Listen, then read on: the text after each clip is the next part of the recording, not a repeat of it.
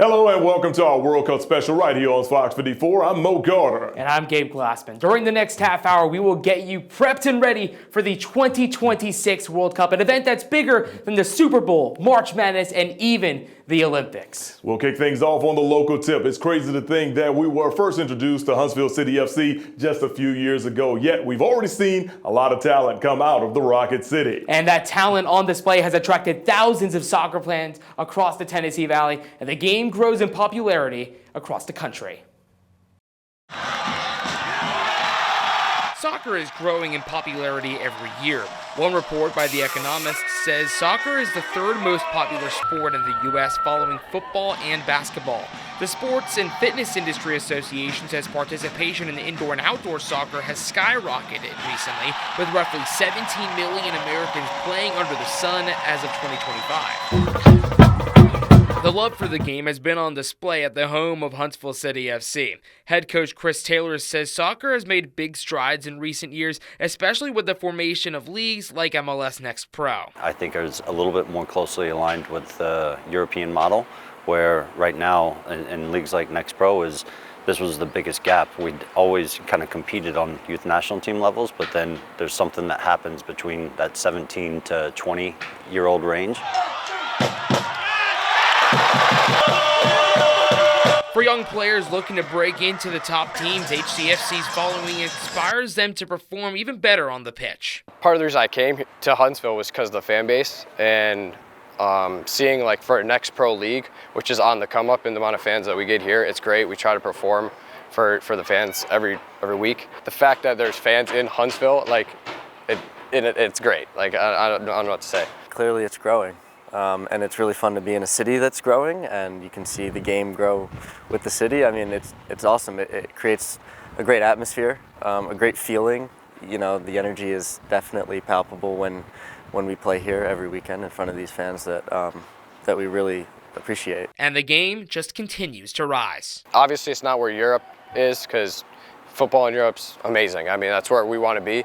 But Messi coming over, big names coming over, really like builds it up in America, and so a couple of years I could see it competing with Europe. So with the World Cup, Team USA will be playing in various cities across the nation this summer. But we want to know who will represent the red, the white, and the blue on the pitch against the world's best soccer teams. Chelsea Torres has the answer. Let's go to New York for that story. A rowdy atmosphere Tuesday in New York for the reveal of the 2026 U.S. men's national team. 26 players chosen to represent the United States on its home soil. It definitely is starting to feel real. The roster includes a mix of veterans and newcomers, the fifth youngest squad the U.S. has ever assembled. Christian Pulisic, Tyler Adams, and Weston McKennie lead the way for the red, white, and blue, poised to make a deep run in the world's biggest soccer tournament. Everyone that competes in the World Cup competes to win. They come with a mentality of winning. That's what competitors do. That's what we do. The man tasked with making that happen, Coach Mauricio Pochettino, has an impressive resume, having led Tottenham, Paris Saint-Germain, and Chelsea. This is his first time leading the U.S. men's national team. I think he's changed the culture of the way that we approach things. Played it at such a high level, coached at such a high level. We really lean on him for his experience. Pochettino says his goal is reaching the semifinals. That would be the deepest run ever for the U.S. team. We really believe that we can do a fantastic job, that we can perform. And the players say they're bought in. We want this so bad, so, if you're not a little bit nervous, you don't feel it a little bit, you don't care. And with the American fans behind them every step of the way, they've got every reason to believe. The World Cup kicks off in 2 weeks right here on Fox. All right, soccer fans here in the Yellowhammer State, they're over the moon because for the first time in 12 years, a player from the state of Alabama is representing the red, white, and blue. And that player is Chris Richards. The Birmingham native is making his World Cup debut, but he is no stranger to international competition. In his career, he's already got 36 appearances for the national team and scored 3 goals. Professionally, he plays for Crystal Palace in the Premier League. He did a feature recently with U.S. Soccer about his journey not long ago. My first memory of a World Cup was 2010, the U.S.-Algeria game. And I think for me, I was 10 years old then. I have a 12-year-old brother now, and I think for his generation, for his friends, for every kid across the nation, or world, that's that age, I think this will probably be their first real memory of a World Cup, so let's give them one to remember. For us, we want to be dominant, we want to win, and win with style. So again, I think what I want the legacy for this group to be is that we're winners. Now, throughout the course of this show, we'll take a special look at some key players and provide major insights about the game of soccer itself. Here's a look at one of the world's top players. One of the most exciting players to watch, you guessed it, number 10, Lionel Messi.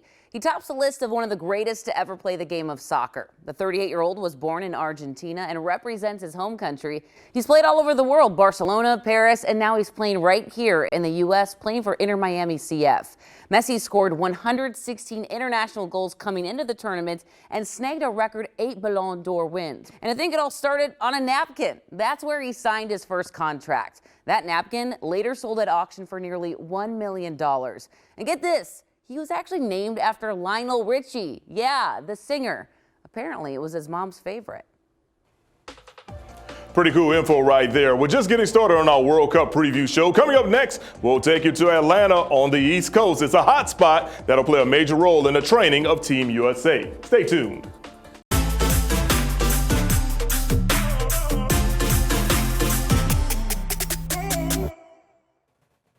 The 2026 FIFA World Cup kicks off soon, and now all eyes will be to the east of the U.S. in the Peach State for everything U.S. soccer. Cicely Stout from our sister station WMAZ shares a first look at the new soccer headquarters.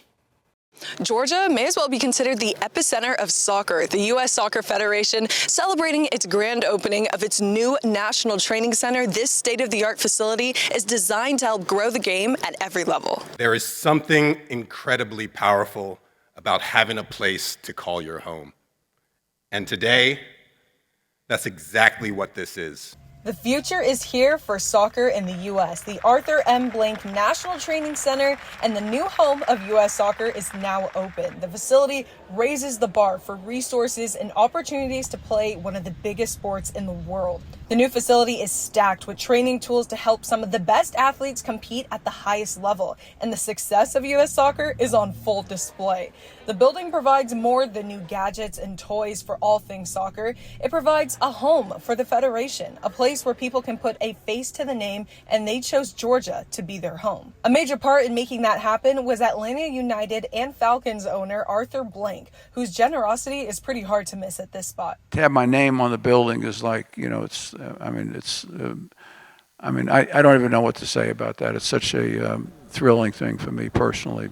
Blank says the grand opening today is just the beginning. I hope I can be part of the growth and looking back in 10 years and say, well, we've added on this, we've added on this, we've added on this, not because for the sake of it, but because of demand, because that many young folks were processing through here and teams were processing through here. With World Cup matches set to be played in Atlanta next month, the timing couldn't be bigger because this is more than a building. This is a signal that Georgia is ready to play a major role on the world stage. Reporting in Fayetteville, Cecily Stout.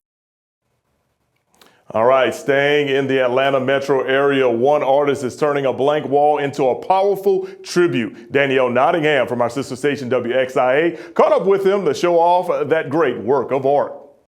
Under the Atlanta sky, Corey Barksdale, brush in hand, adds a stroke of color to his tribute to West Midtown Atlanta. This is monumental for me. I mean, this means a lot because I consider Atlanta my home. Barksdale beat out hundreds of artists to win the opportunity to create this 20-foot mural that will greet the wave of tourists expected this summer for the FIFA World Cup. This is my favorite part of the mural, right? Because this guy represents resilience. His canvas tells the story of the neighborhood's cultural roots. The Bland family who inhabited this area after the Civil War. And they lived here and they brought other free slaves to the area. And it was just a really great area where they had their own economy. They had a lot of families that were actually prospering at that time. And a lot of people eventually started to work downtown. So the transportation system is really important. That's why I have the trolley and the actual trains in the image also. So the trolley would take the people that worked here in this industrial area and lived here to the downtown area. He's also opening a window to little-known history. As you get down to the middle of the mural, you will see the guy who is a stock car racer. So stock car racing was actually popular in Atlanta in the early 1900s, 1920s. It wasn't something that African Americans did in the beginning, but eventually it became popular in the African American community also. In the 1960s, there was actually African Americans that were stock car racers, and that was the thing to do on the weekends. By the time he's finished, Barksdale says he'll go through about 30 paintbrushes and 20 gallons of paint. He calls it his tribute to the past, present, and future. In West Midtown, Danielle Nottingham. All right, many sports fans will be tuning into the World Cup for the first time, which means that many might not understand some of the rules and procedures. Joe Trahan from WFAA in Dallas breaks down the fouls procedure. In soccer, not all fouls are the same. Think of it as a three-level scale: careless, reckless, and excessive. First, the common foul. Maybe it's a mistimed trip or small push. The ref blows the whistle, awards a free kick, and that's it. No card. That's careless. Now, let's raise the level. A late tackle, a hard hit, or perhaps an intentional foul that stops a promising attack. That's reckless. The player gets a yellow card, a formal warning. If that same player gets 2 yellow cards in the same game, they are elevated to a red card and ejected from the match, and that player is automatically suspended from playing the next match. The highest level comes from violent conduct, a dangerous tackle or denying an obvious goal. That's dangerous or excessive. The player gets a straight red card and immediate ejection. And again, the player is out for the next match too. So remember, careless, reckless, excessive. No card, yellow card, or red card. That's the foul scale. And now you know exactly why the ref reached for their pocket. All right, stick around. Coming up next on our World Cup special, Jerry Jones had to spend big money to make big changes at the home of the Dallas Cowboys. We'll take you to the Lone Star State after the break.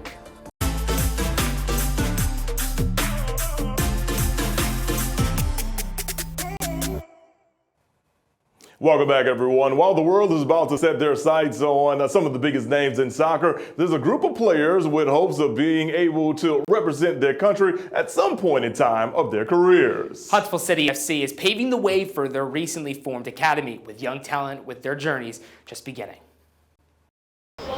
Here at Wicks Family Field, it's not just Huntsville City FC you'll find training. I just always thought it was going to be a great opportunity. For just something that we can build here and be a player that can go up and play for the first team in the stadium. The HCFC Academy made its debut in September 2025, starting with under 13 and 14 groups, expected to go all the way to U19 in the coming years. This is an amazing opportunity for us, our age, to get to maybe play with the first national team. For players, it's a big opportunity to learn from coaches who have seen talent at every level. Head coach Bobby Ellis-Adade, who has played through the pros. It's challenging every step, every level. It just gets faster and physical and more speed. So not just physically, but mentally. It's fun having a coach that have already played in the league, and just like him teaching us that, like the ways that he got taught when he played in the league, and he just could give us that for a better benefit. Just a high-level coaching and a great opportunity to get to the next level. I wish I had the opportunity to play in a stadium like this with facilities like this, but I get to coach in it, so I'm grateful. For these young stars, the talent about to be on display across the country is inspiring, and for some, they're traveling to experience it live. Well, definitely the group chats are going to be firing off when I text the boys and say, hey, did you guys see that? Did you see that? I will very hope to play at that level sometime. It's very inspiring. Hope I could be there eventually, and I'm going in Atlanta too. We get to see like players and like everybody who we dreamed in watching on TikTok or like YouTube or on TV, and we have like jerseys on like their name on the back of our shirts. I got tickets for my birthday today, and it's gonna be fun. I've always loved watching the World Cup. I'm just excited to see the players, especially the player from Hoover that came from that homegrown division, to make it all the way there is very special, and we can definitely do that as well.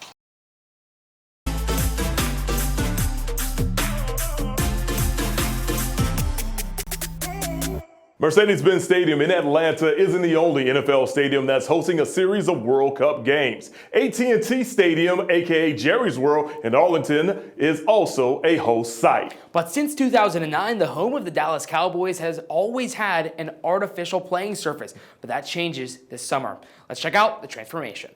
The Cowboys' artificial turf is gone. Pink grow lights are shining on a field of Kentucky bluegrass and rye from Denver, Colorado. And a guy from New Zealand is one very happy man. It's fantastic. The moment you see the grass get laid down, it's kind of like, yeah, right, it's a special day. Ewan Hodge is in charge of every FIFA World Cup pitch. His install with a team of about 50 people started here 2 months ago. An irrigation and ventilation system first topped by 10 inches of sand for a natural grass field 24 inches above the cement stadium floor. The grow lights, because opening the stadium roof wouldn't provide enough sun, are normally rolled onto a field like this. But these are suspended from the stadium ceiling, something never tried before. Providing basically the kind of the heartbeat to the pitch to allow it to grow, given the absence of sun that we have in here. And with the help of what are essentially giant sewing machines, the field is being stitched together with nylon to make it even more durable. All of this a first for the AT&T Stadium crew, pursuing its chance to get a World Cup for nearly a decade. This one's been a thing for sure, I would say that.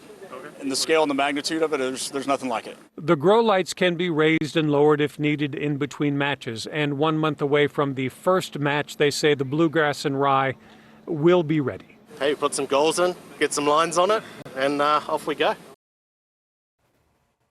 When the ball is in play, soccer teams have a total of 11 players on the field. But can you name every single position? If you can't, it's okay. Joe Trahan has a breakdown in another installment of World Cup 101. If you're new to soccer, here's how the field and the players are organized. Each team has 11 players on the field at a time, and they're split into 4 position groups. First, you've got the goalkeeper. They're the only player allowed to use their hands, but only inside the 18-yard box, also known as the penalty area. In front of the goalie are the defenders, usually 3 to 5 players. They stop the other team's attackers and try to win the ball back. Next, the midfielders. Think of them as the link between defense and offense. They run the most, help defend, and help create scoring chances. Up top are the forwards, sometimes called strikers or wingers. Their main job is simple: score goals. Teams can arrange these numbers differently. Like in this example, there are 4 defenders, 4 midfielders, 2 forwards, but it always adds up to 11. 1 goalie, a line of defenders, a group of midfielders, and the attackers up front. Every team uses different formations and strategies, but that's the basic makeup of the positions in soccer. All right, thanks, Joe. We're getting ready to wrap up the show. When we return, we'll take a look at a very important piece of the game that could make a difference on a daily basis. That's up next.